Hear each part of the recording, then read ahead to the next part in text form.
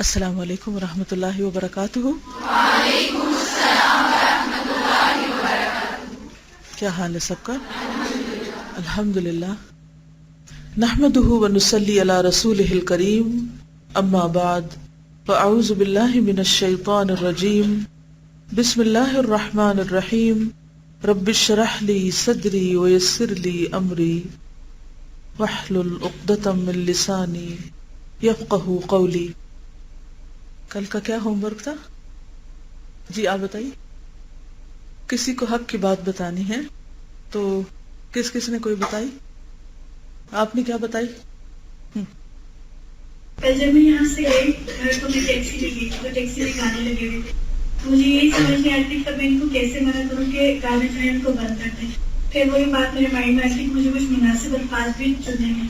میں نے ان سے کہا، میں نے کہا بھائی اگر آپ کو برا نہ لگے تو آپ پلیز اس کو بند کر دیں، کیونکہ میں نے قرآن پڑھنا ہے۔ انہوں نے اس کو بند کر۔ تو آپ کو پریشانی نہیں ہوئی، مشکل نہیں پیش آئی؟ گڈ، اچھا کیا آپ نے۔ اس سے زیادہ کیا ہو سکتا ہے؟ اس کے علاوہ بھی کوئی طریقہ ہو سکتا ہے؟ بس انہوں نے کہا کہ مجھے قرآن پڑھنا ہے اس لیے آپ بند کر دیں، اور کیا ہو سکتا ہے؟ جی آپ، جی ہاں، اپنے ساتھ کوئی کیسٹ رکھ سکتے ہیں آپ، کوئی تلاوت کی، کوئی لیکچر، کوئی کچھ بھی۔ تو آپ یہ بھی کر سکتے ہیں کہ مجھے یہ سننا ہے، آپ کیا یہ لگا سکتے ہیں؟ کیونکہ آپ اس وقت ان کے کسٹمر ہیں تو آپ کی بات ریفیوز نہیں کر سکتے، اور جب ایک دفعہ وہ سننے لگے تو ہو سکتا ہے وہ آئندہ کے لیے بھی گانے سننے کی بجائے، کیونکہ انہیں تو کچھ سننا ہی ہے، تو اگر ان کو ایک اچھا آلٹرنیٹ مل جائے گا تو وہ وہی سننا شروع کر دیں گے۔ جی، اور وعلیکم السلام۔ میرے بہن کے ساتھ کل بات ہو رہی تھی تو وہ بتا رہی تھی کہ میرا کالج میں ارینجمنٹ لگا تو مجھے یہ صرف کہا کہ 45 منٹس ہیں اور ان کو تم نے گزارنا ہے۔ تو میں نے کہا کہ آپ نے پھر کیا کیا نا اتنے ٹائم میں؟ انہوں نے بتایا کہتی کہ بس میں بیٹھی تھی، میں بھی ان کا منہ دیکھتی تھی اور ایک دوسرے کے ساتھ یہ سلسلہ ہمارا جاری تھا۔ میں نے کہا کہ آپ نے ایک بات سیکھی اور بہت میری تو تبدیلی آئی کل کے لیسن سے، کہ ہمیں خیر کی بات جو ہے نا اگر ہمارے پاس ہے تو ہمیں اسے آگے پہنچانا ہے۔ تو آپ کو نا تھوڑا سا ان پہ نالج پہ ان کو تھوڑا سا بتا دینا چاہیے تھا، پاری ٹائم نہیں جانا۔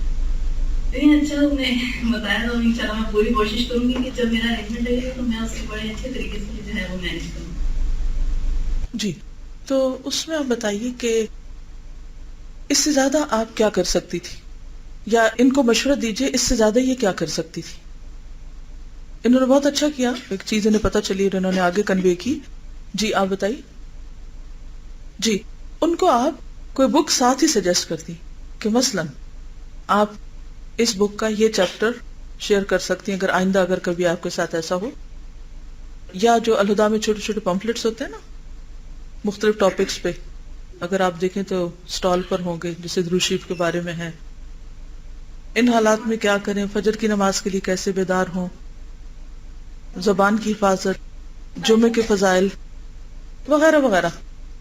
اسی طرح صرف الہدا کے نہیں، اور جگہوں کے بھی آپ کو ایسے پیمفلٹس ملیں گے، تو کچھ نہ کچھ اپنے بیگ میں ایسا ایکسٹرا رکھا کیجئے کہ جو آپ کسی کو جب مشورہ دیں تو ساتھ ہی اس کو کوئی چیز بھی دے دیں، کہ آپ اس کو اپنے بیگ میں رکھیں، کیونکہ بہت بھاری بھاری چیزیں اٹھانا مشکل ہوتی ہے۔ مثلا اگر آپ انہیں کہیں کہ آپ اپنے بیگ میں دوائی شافی رکھا کریں تو اس سے کیا ہوگا، وہ نہیں رکھ پائیں گی کیونکہ ہیوی کتاب ہے، وزن میں بھی اور الفاظ میں بھی۔ اور کیا ہو سکتا ہے؟ جی میرے فادر ان لا کی اچانک ہوتے طبیعت خراب ہوئی تو صبح خیر ہم گھر میں ہی تھے، ان کو یورین بیگ بھی لگا ہوا تھا، کافی تکلیف تھی۔ تو میں نے جب فجر پڑھی تو مجھے ایک دم یہ خیال آیا کہ پتہ نہیں وہ نماز پڑھ رہے ہیں یا نہیں، پتہ نہیں ان سے پڑھی جائے گی بھی یا نہیں۔ تو میں تھوڑا ڈر بھی رہی تھی کہ میں نے کہا وہ کہیں گے میں اتنی تکلیف میں تو مجھے نماز پڑھی رہی ہوں۔ تو میں ان کے پاس گئی تو پہلے میں نے ان سے پوچھا کہ میں آپ کو دبا دوں اگر آپ کو درد ہو رہی ہے؟ تو کہتے نہیں۔ تو میں نے کہا آپ نے نماز پڑھی ہے؟ کہتے نہیں۔ تو میں نے کہا پھر ایسا کریں آپ نماز پڑھ لینا تو آپ کو ریلیف ہو جائے گا۔ تو کہتے ہیں کہ نہیں میں جس طرح یورین آ رہی ہے میں تو صاف نہیں ہوں۔ تو میں نے کہا کوئی بات نہیں، اللہ تو دیکھ رہا ہے۔ تو پھر کہتے ہیں میرا تو منہ ادھر اور کعبہ ادھر ہے، مطلب بالکل اپوزٹ تھے۔ تو میں نے کہا کوئی بات نہیں، ہم آپ کو بھی مطلب ہلا نہیں سکتے، بیڈ کو کچھ نہیں کر سکتے، تو آپ جیسے جس حال میں پڑھ لینا۔ الحمدللہ انہوں نے نماز پڑھی، اس کے بعد کروٹ لی، میں تھوڑا سا ان کو دبایا تو مجھے بڑا وہ ہوا کہ ان کی کنڈیشن بھی ایسی تھی، اور مجھے تھا کہ وہی والی بات ہے کہ ہمیں نہیں پتا کہ ہماری کون سی نماز آخری ہو۔ تو مجھے اس سے اتنی ہیلپ ہوئی کہ مجھے پھر یہ خیال آیا کہ ہم لوگوں کے اندر تھوڑی سی جھجک ہوتی ہے، اگر ہم اس کو تھوڑا سا اپنے آپ کو پریپیئر کر لیں کہیں جانے سے پہلے اور تھوڑا سا سمجھا لیں اپنے آپ کو کہ میں نے کیا کرنا ہے، تو الحمدللہ اللہ کی طرف سے آسانی ہوتی ہے۔ الحمدللہ، آپ نے بہت اچھا کیا. اس کو تھوڑا سا آپ یوں بھی کر سکتی تھی کہ مثلا آپ نے نماز پڑھ لی, اس کی بجائے آپ کہتے ہیں آپ نماز پڑھیں گے, یعنی جملے کے تھوڑا سا فرق ہو جاتا ہے, 19-20 کا ہی فرق ہے لیکن تھوڑا ذرا سافٹ ہے کہ آپ نماز پڑھیں گے. اگر وہ کہیں کہ میں تو ناپاک ہوں یا, تو آپ کہیں میں آپ کی مدد کر دیتی ہوں. کیونکہ مشکل اس وقت یہی ہوتی ہے کہ انسان کو وہی قبلے کا تعین, تیمم کرنا. اب ایک شخص جو اپنے بیڈ سے ہل بھی نہیں سکتا, اگر اس کو آپ صرف یہ کہہ دیں کہ آپ نماز پڑھیں تو وہ بےچارہ پڑھ ہی نہیں سکے گا. تو اگر ہم اس وقت مزید ایکشن لے کر نماز کے جو پڑھنے کے جو اس وقت ضروریات ہیں ان کو فراہم کر دیں, جیسے ہم تیمم کی مٹی لے جائیں یا قبلے کے رخ میں اگر مدد کر دیں اگر پاسبل ہو, اگر پاسبل نہ ہو تو پھر تو اینما تولوا فثم وجہ اللہ. اور پھر یہ ہے کہ جیسے صبح شام کی دعائیں ہیں تو تھوڑی دیر جیسے دبا رہے ہیں تو ساتھ ہی دعائیں پڑھ کر دم بھی کر دیں. اور یہ جو چھوٹی سی دعا ہم نے دوا شافی میں پڑھی تھی, اسأل اللہ العظیم رب العرش العظیم ان یشفیک, بلکہ میں آپ سب کو یہ مشورہ دوں گی کہ اگر کوئی بھی ایسا شخص بیمار ہو یا ہسپتال میں کسی کے پاس جائیں تو ایک چھوٹے سے پوسٹر کی شکل میں ہم نے اس کو پرنٹ کیا, اس کو آپ وہاں پر لگا سکتے ہیں اور ہر آنے والے کو آپ کہہ سکتے ہیں کہ آپ یہ پڑھ کر ان کو دعا دے دیں. 7 دفعہ اس کو پڑھنا ہوتا ہے. اس میں کیا ہوتا ہے کہ اگر کسی کی موت نہ لکھی گئی ہو تو اللہ تعالیٰ بہت جلد اس مریض کو شفا دے دیتے ہیں. تو یہ ان کے لیے ایک طرح سے تسلی اور اطمینان کا باعث بنتا ہے.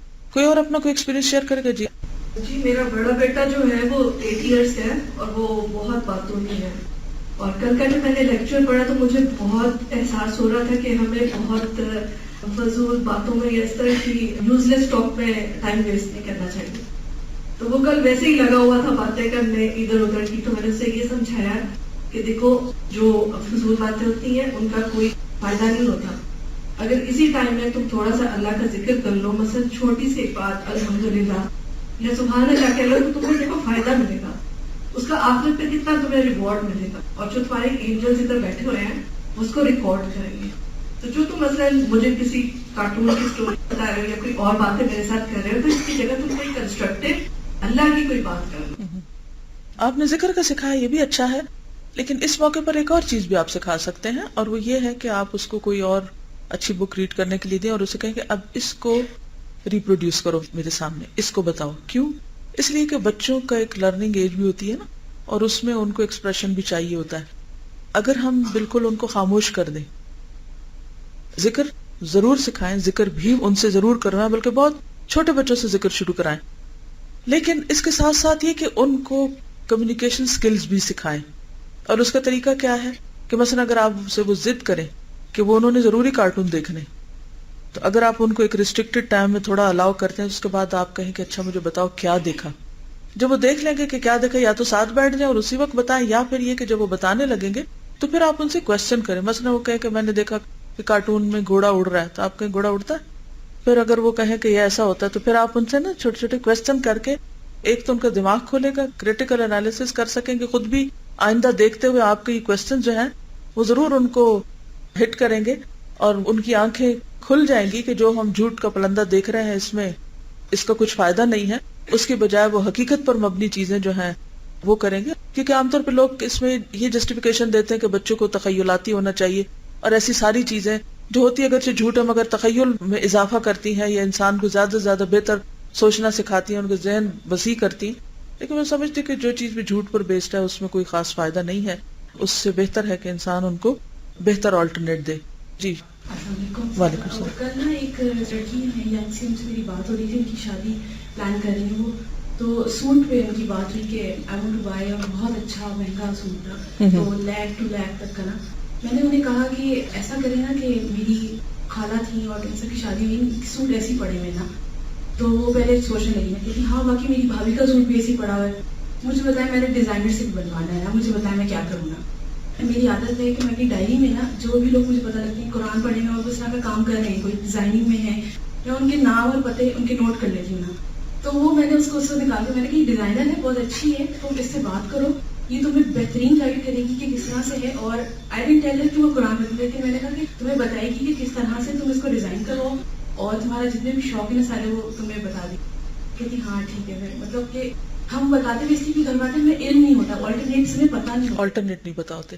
کیونکہ جب لوگوں کو بہتر آلٹرنیٹ دے دیے جائے تو اس سے کیا ہوتا ہے کہ وہ اس برائی سے بچ جاتے ہیں جس میں وہ اپنے لا علمی اور جہالت کی وجہ سے پڑے ہوئے ہوتے ہیں.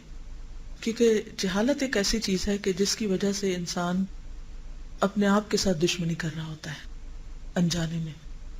اور اس سے زیادہ خطرناک چیز کیا ہو سکتی کہ کوئی شخص اپنا خود دشمن بن جائے. تو اگر آپ کسی کو بھی یہ بتائیں گے نا کہ دین کو نہ جاننے کا نقصان کیا ہے، اپنے ساتھ دشمنی. جیسے دنیاوی امور میں بھی اگر ہم نہیں جانتے، بس اگر مارکیٹ کا ریٹ نہیں ہمیں پتا اور ہم ایسے شاپنگ کرنے چل پڑتے ہیں، تو کیا کر رہے ہیں؟ اپنے ساتھ دشمنی. اگر ہمیں نہیں پتا کہ ہماری بیماری کے لیے کون سا ڈاکٹر یا کون سی جگہ زیادہ مفید ہے اور ہم ایسے کسی کے پاس جا پہنچتے ہیں، تو اس میں بھی نقصان ہو سکتا ہے. تو جس چیز کے بارے میں ہم نہیں جانتے اس کو کرنے میں اپنا ہی نقصان ہوتا ہے. تو آپ سب نے نوٹ کر لیا اپنے پاس پوائنٹ کہ ہم نے جتنی بھی خرابیاں ہو رہی ہیں، مثال کے طور پر ہم نے جو پہلا مشورہ تھا کیسٹ دینے کا، that was also an alternate. اس کے بعد دوسرا آلٹرنیٹ کیا بتایا تھا ہم نے؟ کارٹون کی کہانی کا آلٹرنیٹ کوئی اور اچھی کہانی، کنسٹرکٹیو، کوئی ہسٹوریکل ہو سکتی، کچھ بھی ہو سکتا ہے. اور کس کا کیا آلٹرنیٹ بتایا تھا؟ Pamphlets and books.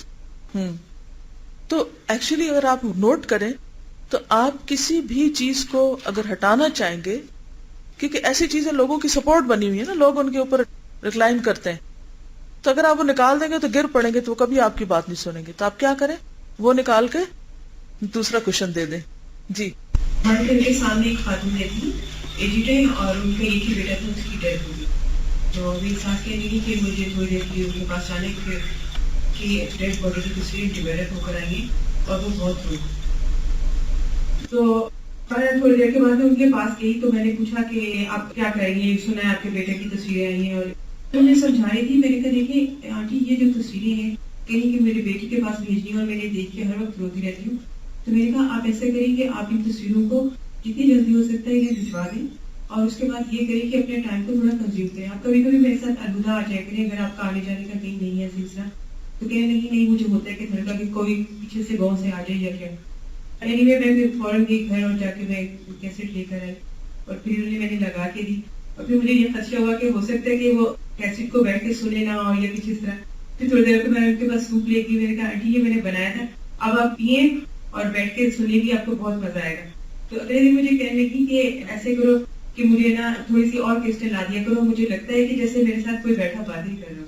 الحمدللہ. ایک کیسٹ ہے، صبر بہت ضروری ہے.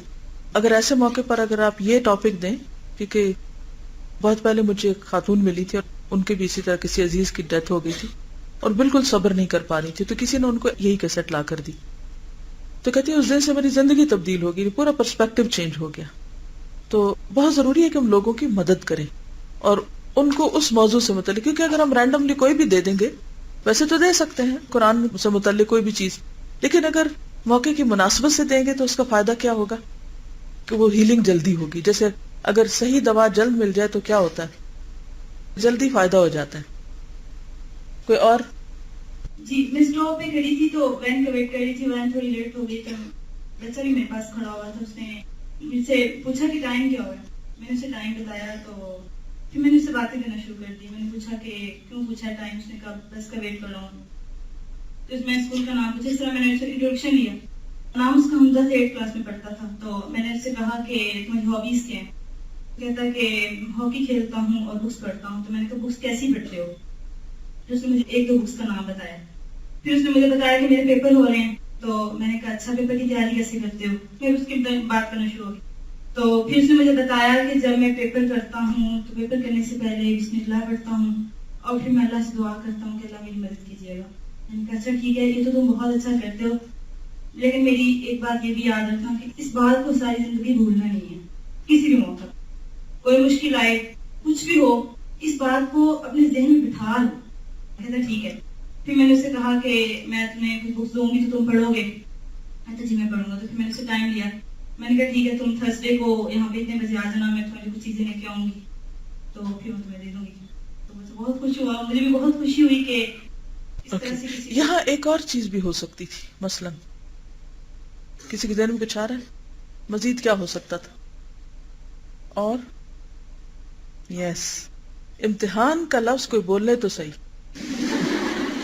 فوراً آخرت کی طرف لے جایا کریں، ایک اڑان لگا کے وہاں پہنچایا کریں لوگوں کو، کیونکہ امتحان سے بہت زیادہ ہم ریلیٹ کر سکتے ہیں اپنے آخرت کی کامیابی ناکامی کو. اور کسی موقع پہ ہم سنجیدہ نہیں ہوتے کچھ سوچنے کے لیے.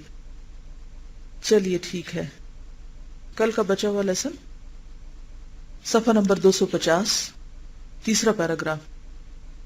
یہاں یہ سمجھ لو کہ انسانوں میں کچھ لوگ ایسے ہوتے ہیں جن پر شہوات کا تسلط ہوا کرتا ہے، یعنی خواہشات اور ڈیزائرز میں دبے ہوتے ہیں، اور غیظ و غضب کا بادشاہ بالکل مغلوب اور مقہور ہوا کرتا ہے.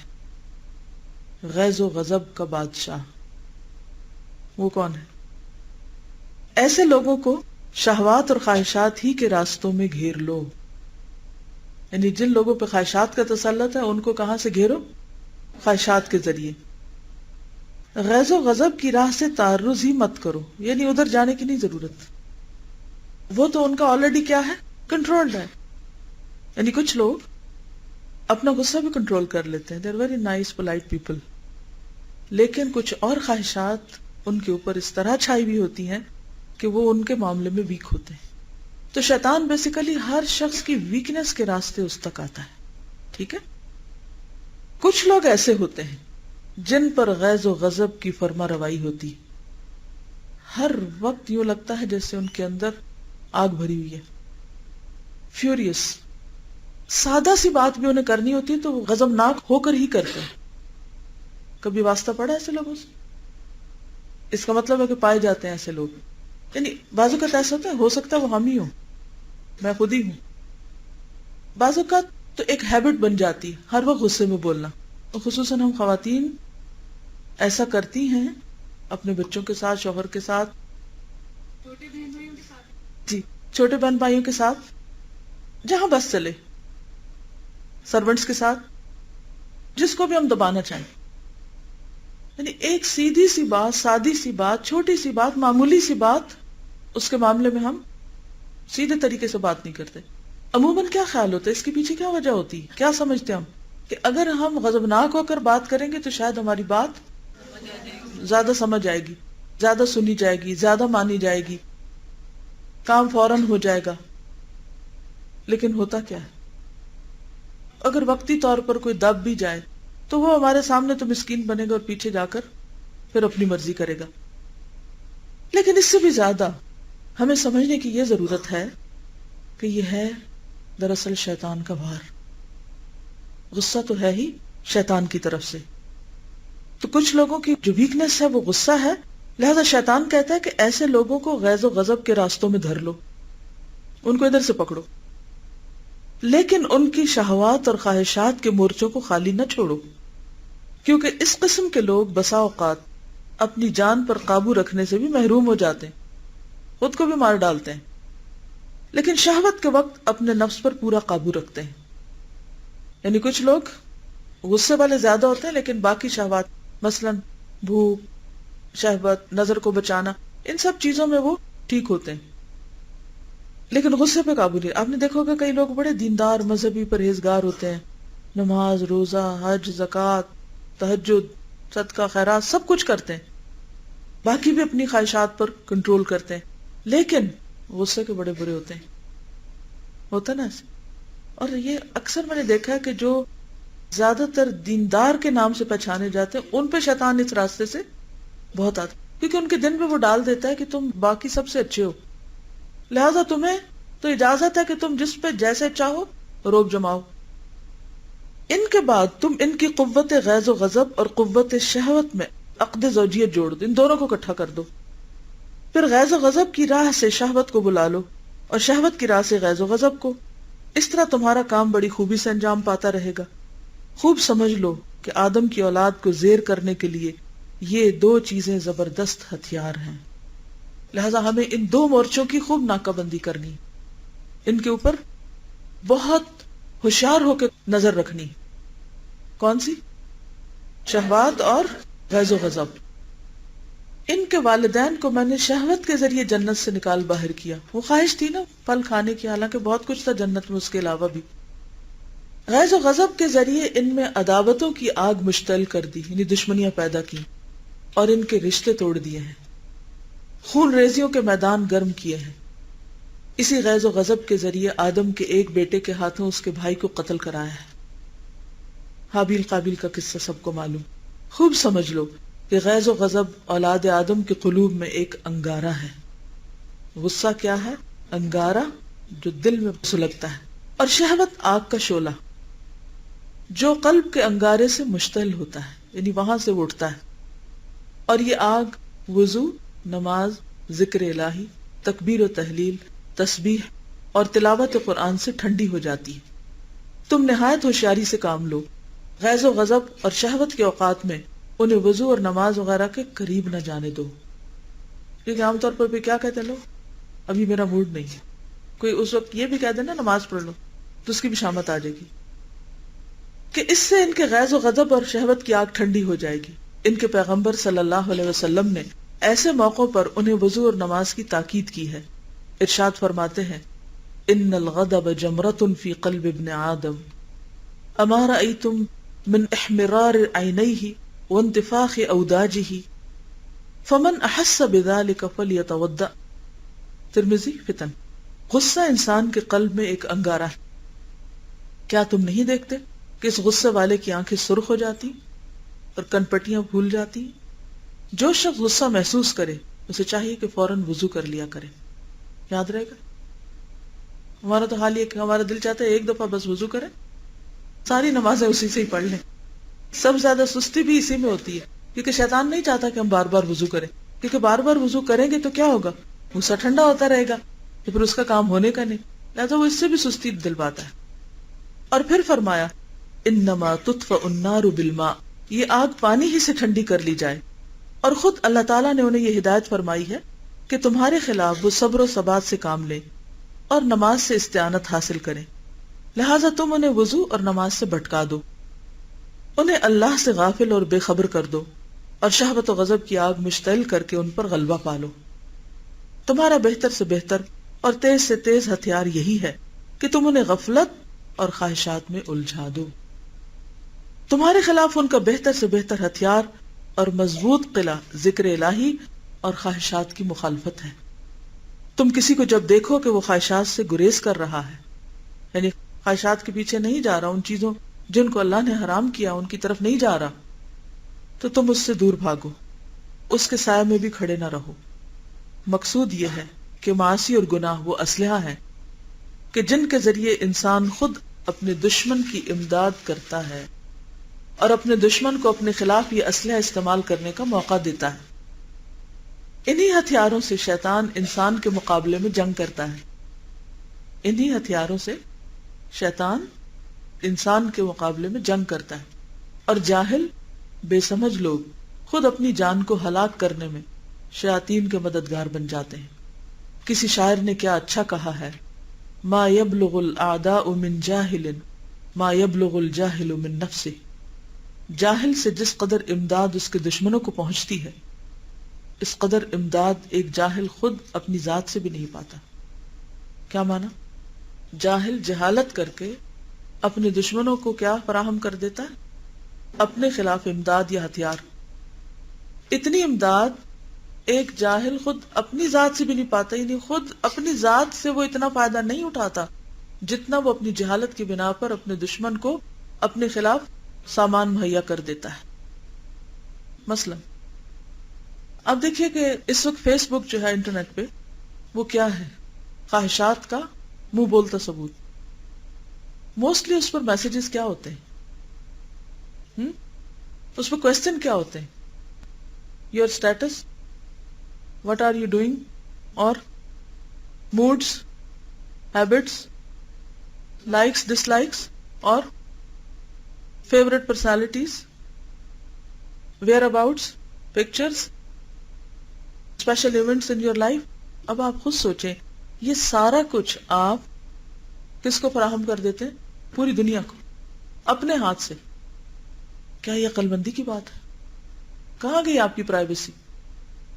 کہاں گئے وہ حجاب؟ اللہ نے حجاب صرف کپڑے کی شکل میں نہیں رکھا، ان چیزوں کا بھی ایک حجاب ہوتا ہے. کوئی عقل مند انسان اپنے موڈ کا اشتہار دنیا بھر میں نہیں دیتا، کیونکہ وہ گلوبل سائٹ ہے نا. پوری دنیا کو یہ نہیں بتاتا کہ میں اس وقت بورڈ ہوں، یا میں غصے میں ہوں، یا بہت خوش ہوں، یا میں آئس کریم کھا رہا ہوں. سلی لو قسم کی بیکار باتیں اس پر لکھی ہوتی اور لوگ شوق سے انہیں پڑھ رہے ہوتے. اس سے کیا فرق پڑتا ہے کہ کس کا موڈ کیسا ہے؟ یہ کون سا علم نافع؟ یہ تو شہوت کے راستے سے ہم اپنے خلاف دشمنی کر رہے ہیں. لیکن کوئی اور مثال دیجئے جہالت والی. جی شابش. کم علمی میں کوئی بات بغیر تحقیق کے بات آگے کر دینا، اس سے کیا نقصان ہوتا ہے؟ آپ دوسروں کو اپنے خلاف ایک حجت دے دیتے ہیں. آج کل ایک بہت رواج ہے میسیجز فارورڈ کرنے کا، ہے نا؟ اور بہت سے لوگ لا علمی میں غلط میسیجز آگے سے آگے فارورڈ کرتے رہتے ہیں. مثلا ہو سکتا ہے آپ کو کوئی میل آئی ہو یا ایس ایم ایس ہو جس پہ لکھا ہو کہ اگر آپ یہ اللہ کے 5 نام دیکھ لیں اور ان کو آگے بھیج دیں تو آپ کو شام تک خوشی مل جائے گی. مثلا مجھے ایگزیکٹ میسج یاد نہیں، مگر اس قسم کے میسج بھی بہت آج کل گھوم پھر رہے ہیں. جب ہم چھوٹے ہوتے تھے تو اس وقت ایک خط آیا کرتا تھا، کس کا؟ شیخ احمد کا. اور اس وقت کوئی فوٹو اسٹیٹ نہیں ہوتی تھی. اس وقت کیا ہوتا تھا؟ ہاتھ سے لکھنا. اور کتنی دفعہ لکھنا ہوتا؟ کوئی 13 کوئی 50 اتنی دفعہ لکھنا ہوتا. اور لکھ لکھ لکھ لکھ کے لوگ مر جاتے تھے. اور اس خط سے اتنا ڈرتے تھے کیونکہ لڑکیاں اسکول میں ایک دوسرے کے بیگ میں ڈالتی تھی. اس خط سے اتنا ڈرتے تھے کہ جیسے انگارے سے کوئی ڈرتا ہے، کیونکہ اس میں اتنی بڑی دھمکی دی ہوتی تھی اگر کسی نے اس کو آگے نہ پہنچایا تو معلوم نہیں اس کا کیا کھانا خراب ہوگا. تو اینی ویز، تو بات یہ ہے کہ ایک ایسا میسج کہ یہ چیز اتنی دفعہ پڑھیں گے تو ایسا ہو جائے گا اور ایسا نہیں کریں گے تو ویسا ہو جائے گا، فائدے نقصان دونوں طرح کی باتیں لکھی تھی. اگر آپ یہ چیزیں صرف پڑھ کے اس سے فوراً متاثر ہو کے یا خوف زدہ ہو کے فوراً آگے بھیجتے ہیں تو معاملہ صرف لوگوں کی حد تک تو نہیں نا، معاملہ اللہ کے ساتھ بھی. تو آپ کیا کر رہے ہیں؟ دراصل اپنے خلاف خود حجت قائم کر رہے ہیں. ہاں؟ اچھا، اسی طرح جب آپ کوئی چغلی کھاتے ہیں، ادھر کی بات ادھر پہنچاتے ہیں، تو بعض اوقات آپ بات کی تحقیق نہیں کرتے، بس ادھر سے سنی فوراً آگے پہنچا دی. کسی نے کچھ کہا فوراً آگے کر دی بغیر اس کے. اب وہ بات بالکل جھوٹ ہوتی ہے بعض اوقات. جس تک پہنچتی ہے تو وہ کہتا ہے اچھا لاؤ گواہ. کس قدر فتنہ فساد پڑتا ہے اور بہت سے تعلقات کی خرابی اس کے ذریعے وجود میں آ جاتی. تو یہ تمام دراصل شیطان کے ہتھ کنڈے. شیطان کیا چاہتا ہے کہ انسانوں کے درمیان پھوٹ ڈلوا کے وہ اپنا کام کرتا رہے، ڈیوائڈ اینڈ رول. یہ صرف دنیا میں لوگ نہیں کر رہے، یہ پیچھے سے کوئی اور بھی ہے. اینی ویز آگے چلتے ہیں. کس قدر تعجب خیز بات ہے کہ بندہ خود اپنے آپ کو ذلیل و خوار کرتا ہے. یہ حیرت کی بات ہے نا. اور سمجھتا ہے کہ اپنی تکریم و توقیر اور عزت کر رہا ہوں. بعض اوقات لوگ اپنی بہت ڈینگے مار رہے ہوتے ہیں، اپنی بڑائیاں بیان کر رہے ہوتے ہیں، میں نے کچھ اس طرح کی باتیں بڑے مزے لے لے کے اپنی باتیں کر رہے ہوتے ہیں. وہ سمجھتے ہیں کہ اس سے ہمارا بڑا روب پڑے گا دوسروں پر، لیکن دراصل دوسرے لوگ سن سن کے ہنس رہے ہوتے ہیں یا افسوس کر رہے ہوتے ہیں دوسرے کی جہالت پر کہ کس قدر احمق ہے جو اس طرح. ہمیں تمہاری باتوں سے کیا انٹرسٹ. تو اس سے بھی بچیے بہت زیادہ اپنے بارے میں بات کرنے سے یا اپنی تعریفیں کرنے سے یا اپنے منہ میاں مٹھو بننے سے. اپنی ہرما نصیبی، ہرما کا کیا مطلب ہے؟ محروم ہونا. ہرما نصیبی یعنی بدقسمتی. اور ضیاء عزت و شرف کے سامان کرتا ہے اور سمجھتا ہے کہ اپنے نصیب کے لیے ہاتھ پاؤں مار رہا ہے. سمجھتا ہے کہ اس کے بڑے اس سے عزت بڑھ جائے گی. اپنی جان کی تحقیر و تذلیل اور اپنے آپ کو گندا اور ناپاک کرنے میں اپنی قوت صرف کرتا ہے اور سمجھتا ہے کہ میں اپنی اصلاح کر رہا ہوں. اذا قیل لهم لا تفسدوا في الارض قالوا انما نحن مصلحون الا انهم هم المفسدون ولكن لا يشعرون. کس قدر تکلیف دہ بات ہے. اور اپنی رفعت و سربلندی کی کوشش کر رہا ہوں. بعض اسلاف نے اپنے خطبے میں کیا اچھا فرمایا ہے، آگاہ رہو کہ بہت سے لوگ ایسے ہیں جو اپنے آپ کو ذلیل و خوار کرتے ہیں اور سمجھتے ہیں کہ وہ اپنی توقیر بڑھا رہے ہیں. سورۃ الکہف میں بھی آپ نے ایسا مضمون پڑھا ہے. قل هل ننبئکم بالاخسرین اعمالا الذین ضل سعیهم فی الحیاۃ الدنیا وهم یحسبون انہم یحسنون صنعا. اپنی جان کو ذلیل کرتے ہیں اور سمجھتے ہیں کہ ہم اپنی عزت کر رہے ہیں. اپنی جان کو حقیر کر رہے ہیں اور سمجھتے ہیں ہم اپنی عزت بڑھا رہے ہیں، جان کو ہلاک کر رہے ہیں اور سمجھتے ہیں کہ جان کی حفاظت کر رہے ہیں۔ عاملۃ ناصبہ۔ انسان کس قدر جاہل اور بے وقوف ہے کہ وہ اپنے خلاف اپنے دشمنوں کی ایسی امداد کرتا ہے جو دشمن خود بھی نہیں کر سکتا۔ آدمی اپنے کرتوتوں سے خود اپنے آپ کو اتنا نقصان پہنچا لیتا ہے جتنا اس کا دشمن بھی نہیں پہنچا سکتا۔ واللہ المستعان۔ اور مدد اللہ ہی سے چاہی جاتی ہے۔ اسی لیے آتا ہے نا کہ وما اصابکم من مصیبت فبما کسبت ایدیکم ویعفو عن کثیر۔ تو بات یہ ہے کہ بہت سے ہمارے مسائل ہمارے اپنے ہاتھوں کے پیدا کردہ ہوتے ہیں، اور اس کتاب کا موضوع بھی کیا ہے کہ انسان جو بھی گناہ کرتا ہے اس کے نقصان اور اثرات خود اس پر پڑتے ہیں۔ یعنی ان احسنتم احسنتم لانفسکم وان اسأتم فلہا۔ اوکے، سبحانک اللہم وبحمدک نشہد ان لا الہ الا انت نستغفرک ونتوب الیک۔ السلام علیکم ورحمۃ اللہ وبرکاتہ۔